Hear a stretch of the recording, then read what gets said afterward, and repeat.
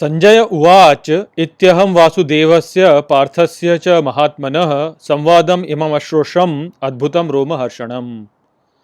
नमस्कार मित्रों, ये जो श्लोक है भगवद गीता के 18वें अध्याय का 74वां श्लोक है, जिसे हम आज गहराई से समझेंगे। तो ये सबसे पहले इसके अर्थ को समझते हैं। तो जो श्लोक है वो कहता है, संजय उवाच अर्थात संजय बोले, इत्यहम वासुदेवस्य अर्थात ऐसे मैंने वासुदेव के, पार्थस्य च महात्मनः अर्थात और पार्थ महान आत्मा के, संवादम इमम अश्रोषम अर्थात इस संवाद को सुना, अद्भुतम रोमहर्षणम अर्थात अद्भुत रोमहर्ष करने वाला। तो श्री कृष्ण और अर्जुन के संवाद के पूरा हो जाने पर अब हम पुनः हस्तिनापुर लौटते हैं और यहाँ पर संजय जो हैं वह धृतराष्ट्र को इस संवाद के विषय में बता रहे हैं। तो वो यहाँ पे कहते हैं कि इस प्रकार से मैंने वासुदेव और पार्थ का ये जो संवाद है, जो कि बहुत अद्भुत है, इसको सुना और इसको सुन करके मेरे रोम रोम हर्ष कर रहे हैं। तो संजय यहाँ पर जब ये कह रहे हैं कि इस संवाद को सुनकर मुझे रोम हर्षण हो रहा है, मेरे रोम रोम हर्ष कर रहे हैं, अर्थात मेरे रोंगटे खड़े हो रहे हैं, तो यह मूल रूप से संजय की श्री कृष्ण के प्रति जो भक्ति है उसी को दर्शाता है कि वह जब इस संवाद को सुनते हैं, जब इसका स्मरण करते हैं, जब इसके विषय में सोचते हैं, उसको लेकर के वह बहुत उत्साहित हो जाते हैं और इतने उत्साहित हो जाते हैं कि उनके रोंगटे खड़े हो जाते हैं, उनके रोमहर्ष करने लगते हैं। तो ये जो रोमहर्ष होना होता है, यह मूल रूप से हमें तभी अनुभव होता है जब हम विस्मय से भर जाते हैं, या जब हम किसी प्रक्रिया को देख करके या किसी भी तथ्य को जान करके एकदम इतने उत्साहित हो जाते हैं कि हम उसमें ही डूब जाते हैं। तो जब उतनी गहरे में हम डूब जाते हैं तो वह वास्तव में हमारा उसके प्रति एक आप कह सकते हैं प्रेम ही है, जो कि दर्शाता है कि हमें वह इतना अच्छा लगता है कि हमारे रोम हर्षित करने लगते हैं। तो उसी विषय में जब जहाँ पे संजय जो हैं वह कहते हैं कि ये जो संवाद है इसको मैंने सुना और मेरे रोम हर्षित हो रहे हैं, तो इससे वास्तव में यह ही हमें समझ में आता है कि संजय जो हैं वह श्री कृष्ण के बहुत बड़े भक्त हैं, और क्योंकि वे बहुत बड़े भक्त हैं इसी कारण से उन्हें यह सुनने को मिला।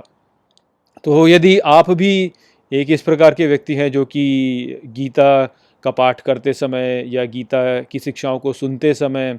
या गीता की शिक्षाओं के विषय में मनन करते समय यदि आपके रोम हर्षित होने लगते हैं, आपके रोंगटे खड़े हो जाते हैं, तो इससे यही स्पष्ट होता है कि आप श्री कृष्ण के भक्त हैं। आपकी जो श्री कृष्ण के प्रति भक्ति है वह सच्ची है और गहरी है।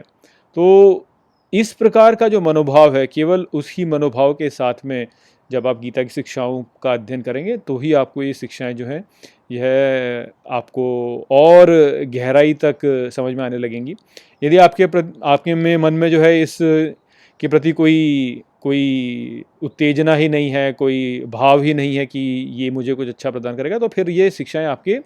समझ में आएंगी नहीं। अर्थात आप यदि किसी व्यक्ति को बोलते हैं कि जाओ गीता का पाठ करो, देखो उसमें कितना अच्छा ज्ञान प्रदान है, और उस व्यक्ति में इस ज्ञान के प्रति कोई सम्मान का भाव नहीं है, तो वह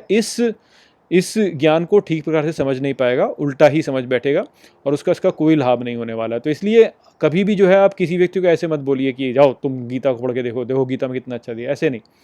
हाँ, यदि व्यक्ति किसी बात से परेशान है और वह जीवन में अपनी समस्याओं का समाधान ढूंढ रहा है, तब आप उसे कह सकते हैं कि आप गीता का पाठ करके देखिए, उससे आपको लाभ होगा। और वहाँ पर भी आप ये निश्चित रूप से उनको समझाइए कि आप अच्छे भाव के साथ में से पढ़िए, ऐसे मत पढ़िए कि बस ये कुछ भी है। इसके प्रति एक उत्साह आपके मन में होना चाहिए। जब ऐसा उत्साह होगा, जब आपको ये अच्छे से पता होगा कि ये जो शिक्षाएं हैं ये मुझे लाभ प्रदान करेंगी, और आपके मन में भगवान श्री कृष्ण के लिए एक सम्मान का भाव होगा, उनके प्रति भक्ति का भाव होगा, तभी वास्तव में ये जो शिक्षाएं हैं ये हमारे लिए फलित होती हैं। तो संजय को जो दिव्य दृष्टि प्राप्त है, या संजय इस संवाद को सुन पाए, वह संजय जो हैं वह हम जैसे ही भक्त के रूप में को दर्शाते हैं, और ये यहाँ पर ज्ञान जिस प्रकार से संजय सुन रहे हैं वैसे ही हम सबको भी यहाँ पे सुनने को मिला है। और यदि आपको इस ज्ञान को बार बार याद करके पढ़ते समय आपको रोमहर्षण हुआ हो तो इससे यह ही सिद्ध होता है कि आपकी भक्ति सच्ची और गहरी है और इसके पाठ से आपको लाभ होगा। यदि ऐसा कुछ भी आपने अनुभव नहीं किया, मुझे लगता नहीं कि आप यहाँ तक तब आए भी होंगे, किंतु यदि कोई व्यक्ति ऐसा कुछ अनुभव नहीं करता है तो उसको एक बार ये सोचना चाहिए कि क्या मैं वास्तव में, मेरी भक्ति इतनी गहरी है कि नहीं है, क्या मुझ में अभी भी श्री कृष्ण के प्रति वो भाव है कि नहीं है। तो उस भाव को प्राप्त करने का प्रयास करना चाहिए। जब उस भाव को आप प्राप्त करेंगे तभी वास्तव में ये शिक्षाएं जो हैं यह आपके लिए फलित होंगी।